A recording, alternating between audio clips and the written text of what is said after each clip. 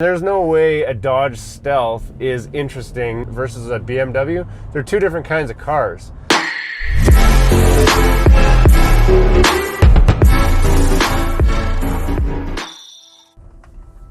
So those of you who have been watching the channel, you know that we like to do a fun segment that is usually called our $500 car challenge.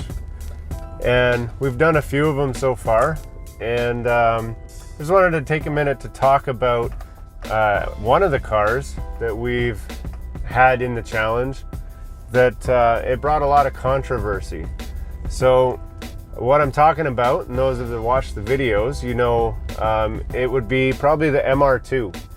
So this challenge was quite a few years ago actually, and I just wanted to kind of back up my story, because if you read through the comments from our old video when we posted it, a lot of people said there's no way you got an MR2 for 500 bucks. Other people said, hey, there's some shenanigans going on here. There's like, how do you find a car that even runs, let alone drives and is an MR2? So I'll tell you the story about that. As I was looking through the classifieds, and I mostly do most of my shopping on a program called Kijiji.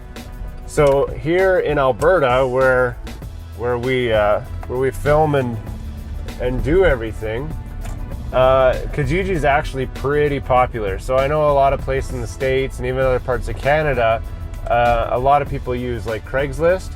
But Craigslist just hasn't really caught on in our market. So Kijiji is where you go when you're looking for a deal.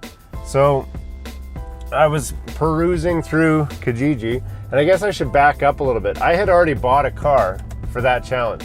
I bought I forget, it was like a 78 BMW 700 series. And I was super stoked about using this car because it, you know, it would have been fun, rear wheel drive, whatever.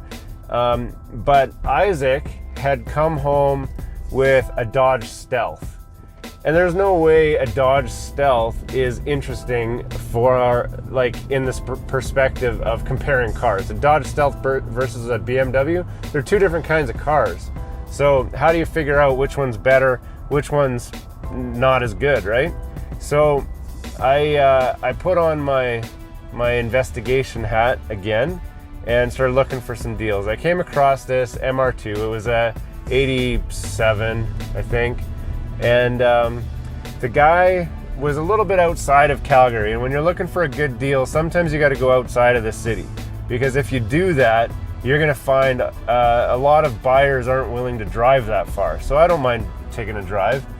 And he was about 45 minutes from where I lived, but only about 15-20 minutes out of the city.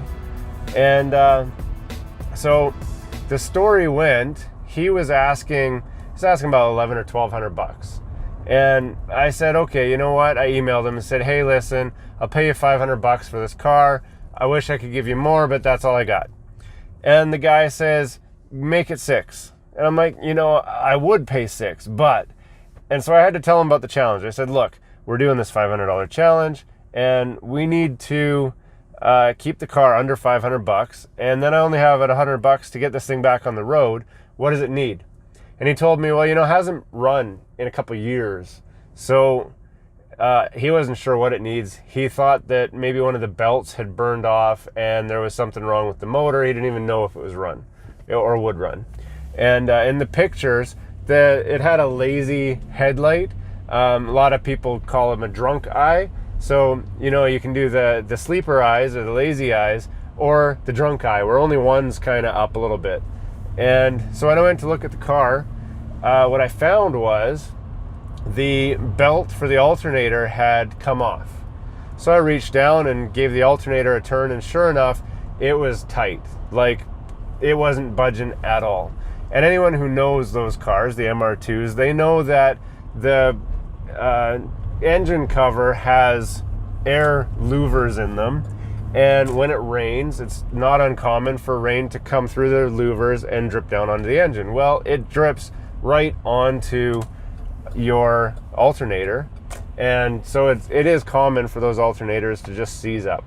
So I threw a booster pack on it, and sure enough, the car fired right up, ran off the booster pack. The battery was totally flat. It was not going to run at all with the battery that was in it. So put the booster pack on, started up, and so I asked the guy, I'm like, well, where'd you get this car? How did it get in your driveway? And he says, well, it's actually my brother's car. He left it here 2 years ago, and he hasn't come back or driven it since. So I said, okay, your brother needs to take $500 for this thing. I'll take it right now. And the guy says, you know what? I just want it off my driveway. Fine, I'll take $500. So it ended up working out very well for me because I drove it up onto my trailer, and it turned out the belt was still actually fully intact. It had just thrown the belt off. It didn't even break the belt or burn it out. So I had to pull the alternator out of it, and I've got an alternator rebuilding shop that I use, and they're reasonably priced. So it was about $80 to replace the alternator or have it rebuilt. And that was all it needed. The battery actually held a charge once I threw a battery charger on it for the night. And the drunk eyes went away as soon as you popped the headlights up and put them back down. They closed properly. And it ended up being a great car for the challenge. In fact, when we got back from the challenge, I put the car for sale for $1,800, and I had somebody come and buy it. They paid me $1,400. And at the time, $1,400 was a reasonable price for a first generation MR2. Nowadays, you can't get anywhere near an MR2 for that price. So even ones like the one that I had that was running and driving but was nowhere near mint was they're going for about $2,800 in the current market, or that's what they're asking for them anyway. So at the time, it was a smoking deal then. It was a great car for the trip, absolute blast to drive. I'd love to get another one and drive it. I actually owned a few over the years. That was, I think, the third one that I had owned. I never had gotten one that cheap. And then you might ask, if you've seen the video, well, where's this Dodge Stealth you're talking about? Well, as it turns out, the Stealth that Isaac had bought, it had a coolant leak. And if any of you have been watching the series at all, you'll know that Isaac likes to put things off. And so he also tends to buy cars that have coolant leaks, as you would notice from our latest challenge with the BMW. But he had been driving it actually every day leading up to the challenge, and the coolant leaked down enough that the engine overheated, and I think the engine stalled because it was overheating.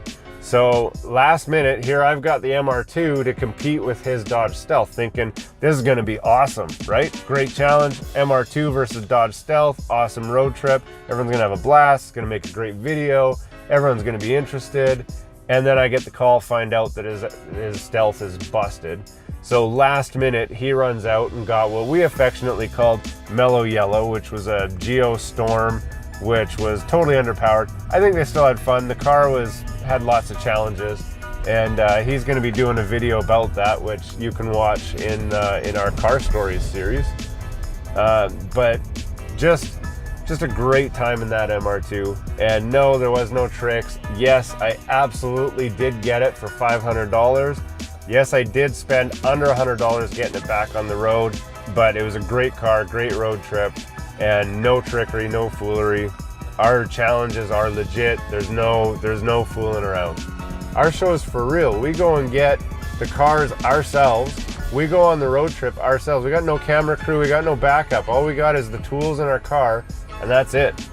So I hope you enjoyed this story about one of the cars from our challenges, and stick around for more stories about different cars we've owned over the years and different cars we've bought for our road trip challenges. And stay tuned for more road trip challenges. If you haven't watched any of them, I encourage you to have a look, because they're not pro quality, we're not professionals, but they're a lot of fun to watch.